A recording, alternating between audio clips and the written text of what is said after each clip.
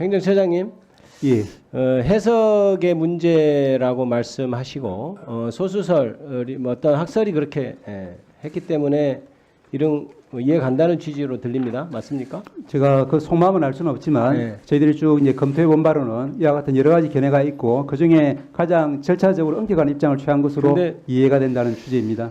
그게 해석이라고 하는 것이 그리고 견해라고 하는 것이 이제 타당해야 되는 것이고 예, 법률적인 해석은 아무리 판사라고 하더라도 문헌적인 의미를 벗어나서 해석하는 것은 금지된다고 봐야 되겠죠. 예, 문헌의 범위, 그렇죠. 한목적인 문헌의 해석에 범위 대해서는, 내에서만 예, 해석이 가능한 것이겠죠. 예, 그 범위에 대해서는 여러 가지 견해가 있겠습니다만, 그렇죠. 그러니까 문헌을 벗어나는 해석은 해석의 범위를 넘어난다고 봐야 되겠죠. 그렇지 않습니까? 이 말씀드린 것처럼 문헌의 이제 범위에 대해서는 여러 가지 견해가 있겠습니다만은 기본적인 어떤 체포 취지에 대해서는 적부 심사의 경우에 214조의 2를 보면 그 제13항에 수사관계 서류와 증거물을 접수한 때부터 그죠? 예, 결정한 후 검찰청에 반환된 때까지의 기간은 체포 기간에서 빼는 것을 그렇게 일단 규정되어 있는 거 알고 계시죠? 그렇습니다. 체포 적부 심사는 그렇습니다. 예, 근데 구속영장 청구와 피의자 신문을 규정한 201조의 2를 보면 실항에서 법원이 구속영장 청구서 수사관계 서류 및 증거물을 접수한 날부터 그죠? 예, 그다음에 구속영장을 발부하여 검찰에 반환한 날까지의 기간이라고 돼 있죠. 예, 지금 앞에는 때고 뒤에는 날입니다. 예, 그렇죠? 그러면 법문상 날이라고 하면 날이라고 해석을 하는 것이 문헌을 벗어나지 않는 것이라고 생각합니다. 그래서 지금까지 실무상으로도 실제 기간이 얼마나 걸렸는지에 관계없이 청구한 날이 오늘이고 영장 서류가 나온 날이 내일 모레 새벽이라 하더라도 3일씩 그렇게 구속기한을 제외되는 것을 그렇게 해석해 온 것은 알고 계시죠? 조금만 말씀드려도 되겠습니까? 네네. 예, 체포적부심 관련해서 위원님 말씀하신 것과 관련해서 이 때라고 되어 있는 그 부분, 이 부분 관련해서는 이제 저희 2019년도 사법연수원에서 발간한 형사소송 절차 실무 책자가 있습니다. 거기에는 이 문헌에도 불구하고 체포적부심의 경우에는 불산입하는 것을 이제 시간 단위로 하도록 하고 또한 구속적부심의 경우에는 이제 일 단위로 하도록 이렇게 또 달리 해석을 설명을 하고 있습니다. 그만큼 문헌에서 때라고 했는지 또 날이라고 했는지 하는 것이 절대적인 어떤 기준이 아니라고 좋습니다. 하는 하나의 증거는 될 것 같습니다. 좋습니다. 저는 그거에 동의하지 않지만 지금 제가 다음에 물어보고 싶은 말씀을 지금 하셔서 그 질문으로 넘어가죠. 예, 체포적부심 같은 경우에 지금 담당 재판부가 구속기간에 산입된 여부에 대해서 잘 모르겠다는 식으로 결정을 한 것으로 알고 있습니다. 결론적으로 알고 계시죠? 산입하지 않는 걸, 그렇죠. 산입하는 걸로 한 산입하는 걸로 그렇게 예. 한 것이죠. 예, 그러면 아까 얘기했던 214조의 제13항에는 아닙니다. 214조 제13항에는 그 기간은 체포 기간을 할 때는 산입하지 아니하고 구속 기간에 있어서는 그 구속 기간 산입하지 않는다. 이렇게 규정이 되어 있는 거 알고 계시죠? 예. 그래서 당연히 구속 기간에도 그것을 산입해야 된다고 규정되어 있는 것으로 보이는데 어떠십니까?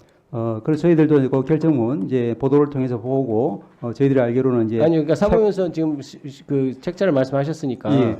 그거에 따르면 그거에 맞는 해석인가요? 예. 그 부분에 대해서는 이제 체포든 이제 구속이든 시간을 단위로할지 혹은 날을 단위로할지 부분에 대해서는 이제 달리 취급하도록 하고 있지만 그 모두를 이제 넣도록 하고는 있는 것 같습니다만은 재판부에서는 아마도 체포와 구속의 어떤 본질적인 차이에 조금 더 착안을 해서 달리 해석을 한 것 행정처장님 같습니다. 그거는 명확하게 얘기해 주셔야죠. 체포 적부 심사에 때문에 서류가 왔다 갔다 한 시간 그거는 지금 13항에 누가 읽어보더라도 그 구속기간까지 산입이 되도록 그렇게 지금 규정이 돼 있는 거잖아요. 그런데 지금 재판부에서는 그것을 뺐단 말입니다. 그에 대해서 문제점 뺐습니다. 인정하셔야죠. 예, 말씀드리면 예. 이제 그래서 주석서도 이제 위원님과 같은 견해를 취하고 있는 것 같습니다. 그런데 이제 저희들이 이제 체포적부심 자체가 연간 16건 정도로 아주 이제 극히 이제 사례가 적어서 이 부분은 저희들이 이제 실무례가 어떤지는 사실 확인하기는 쉽지 않은 사례가 상황이지만 적고 많고를 간에 방금 말씀하신 것처럼 예. 그렇게 주석서에서도 그렇게 얘기하고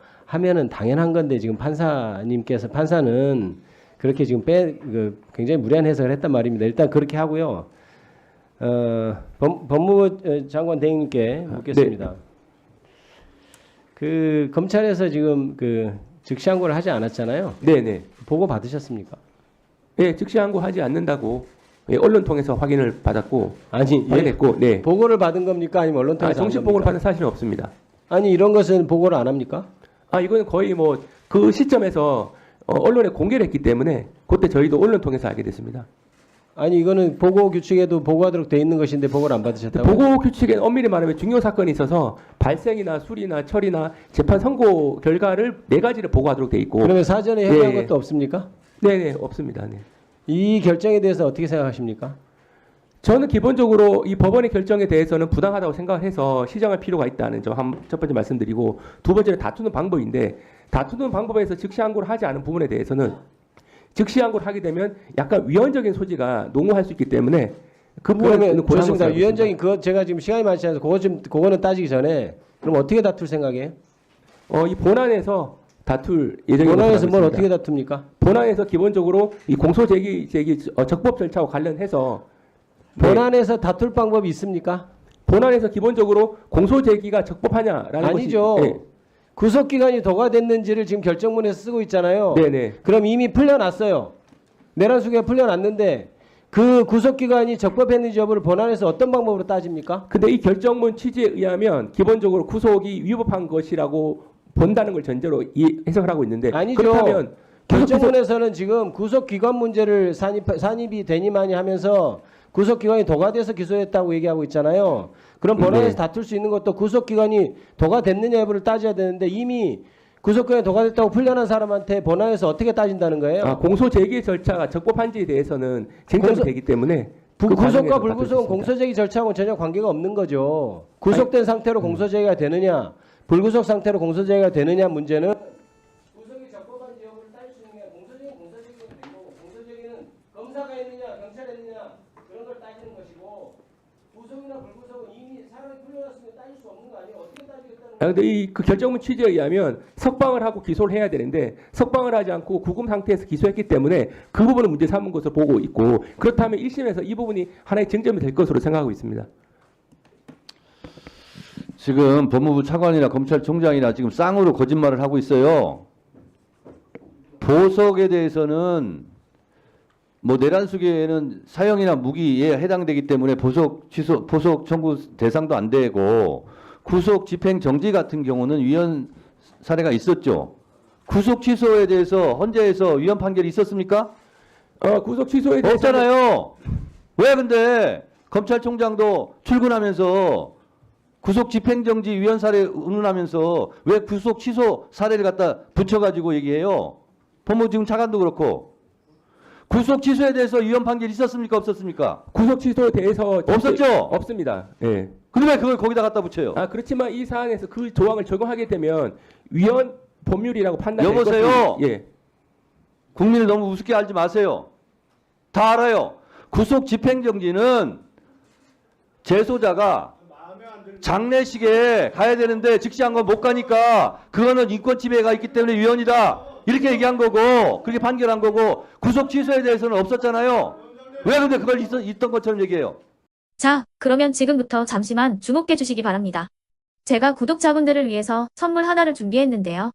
제가 항상 여러분들께 드리는 말씀이 있습니다. 뉴스만 평소에 잘 챙겨보셔도 돈이 되고 돈을 벌 수 있다라고 말씀을 드렸는데요. 여러분들은 여기 보시는 삼성전자 뉴스를 보고 어떤 생각이 드세요? 아니면 정치인들의 뉴스, 날씨 뉴스를 보고는 어떤 생각이 드시나요?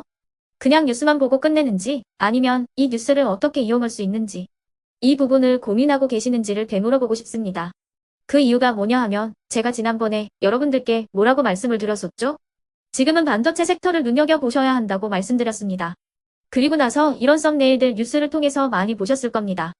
반도체 내용이 이슈가 됐을 때 부자들은 어떻게 생각한다? 반도체 관련주들은 뭐가 있는지, 어떤 종목이 가장 좋은지, 어디에 투자해야 돈이 몰리는지 자연스럽게 생각한다고 제가 말씀을 드렸죠. 그 이유가 뭐냐 하면 부자들이 봤을 때는 이슈가 곧 돈으로 이어지고 그 이슈가 나에게 돈을 벌어준다는 경험적 확신이 있기 때문에 부자들은 항상 이런 사회적 이슈를 관심있게 챙겨본다고 제가 말씀을 드렸습니다. 이번에도 마찬가지인데요. 제가 지난번에 시청자분들과 함께하는 주식으로 수익 내기 이벤트를 진행했었죠. 당연히 100% 무료로 진행을 했었고요. 여기 보시면 아시겠지만 제가 지난번에도 구독이라고 보내주신 모든 시청자분들께 반도체 관련주 중에 가장 크게 급등할 딱 한 종목, 많은 종목도 아니라 한미반도체 한 종목을 여러분들께 추천드렸어요. 그러면서 여기 나와 있는 대로 정확히 얼마에 매수해야 하는지, 그리고 수익률이 어느 정도 나왔을 때 팔아야 하는지를, 이런 부분들까지 여러분들에게 정확히 알려드렸었는데 지금 실제로 어떻게 되었다? 오른쪽을 보시면 아시겠지만 제가 지난번 문자 발송으로 이 한미 반도체를 소개해드리고 나서 실제로 이렇게 5배 이상 어마무시한 상승이 나왔습니다. 100만 원만 투자를 했어도 무려 500만 원이 넘는 수익금이 생긴 거죠. 그래서 당시에도 굉장히 많은 분들이 제가 드린 이 한미 반도체로 수익을 내실 수가 있으셨을 텐데요. 다시 한번 축하드린다고 말씀을 드리겠고, 이번에도 마찬가지입니다. 앞으로도 2024년, 2025년 계속해서 기대해볼 섹터는 AI입니다. 그 중에서도 AI 반도체는 그 누구도 부정할 수 없는 미래 성장 산업입니다. 그러면 우리가 어떻게 생각해 볼 수 있을까요? AI 반도체 종목 중에 앞으로 크게 대장 역할을 하면서 10배 이상 급등할 수 있는 텐베고 종목을 지금부터 열심히 추적해야 한다는 겁니다. 큰 돈을 투자하지 않더라도 월급의 일부분 아주 소액이라도 이 종목을 모아가야 수백 %의 수익률을 손에 쥘 수 있는 것이죠. 지금 여러분이 보고 계시는 이 유튜브 또한 AI 반도체와 아주 밀접한 연관이 있고, 반도체야말로 대한민국의 핵심 산업으로 앞으로 더더욱 시장은 성장할 수밖에 없습니다. 그렇기 때문에 제가 이번에도 뭘 보내드리고 있냐면, 지난번과 똑같이 구독이라는 문자를 보내주시면 제가 AI 반도체 관련주 중에 앞으로 대장주 역할을 하면서 주가가 가장 크게 급등할 한 종목을 여러분들께 문자 발송으로 종목명과 사고 파는 시점을 모두 알려드릴 건데요. 그 문자를 받고 여러분들이 주식으로 돈 버는 연습을 한번 해보셨으면 좋겠고요. 혹시라도 나는 주식을 하지 않는다 하시는 분들은 주변에 주식하시는 지인분들에게 말씀을 해주셔도 되고요. 아니면 연세가 있으셔서 투자가 어렵다 하시는 분들은 이 종목을 자녀분들에게 한번 사봐라, 이걸로 한번 수익을 내봐라, 이렇게 조언을 해주실 수도 있는 거겠죠. 그래서 지금 이 영상을 보시는 시청자분들 중에 나도 이번 종목이 좀 궁금하다 하시는 분들은요, 누구나 상관없이, 그리고 어느 시간대나 상관없이 부담없이 010-2514-5930번으로 구독이라는 문자 보내주시면 제가 이번에도 똑같이 무료 추천 급등주 문자를 보내드리겠습니다. 이해되시겠죠? 제 번호 010-2514-5930번으로 구독이라는 문자 보내주시면 여러분들이 직접 이슈를 통해서 돈 버는 연습을 해보실 수가 있는 거고, 제가 돈을 받는 것도 아니고 투자를 대신해 드리는 것도 아니기 때문에 부담 없이 신청해 주시면 되는 겁니다. 그리고 수익이 나면 저는 다른 것은 하나도 바라지 않습니다. 제 채널에 구독, 좋아요 한 번씩만 눌러주시라, 이렇게 다시 한번 말씀을 드리겠습니다.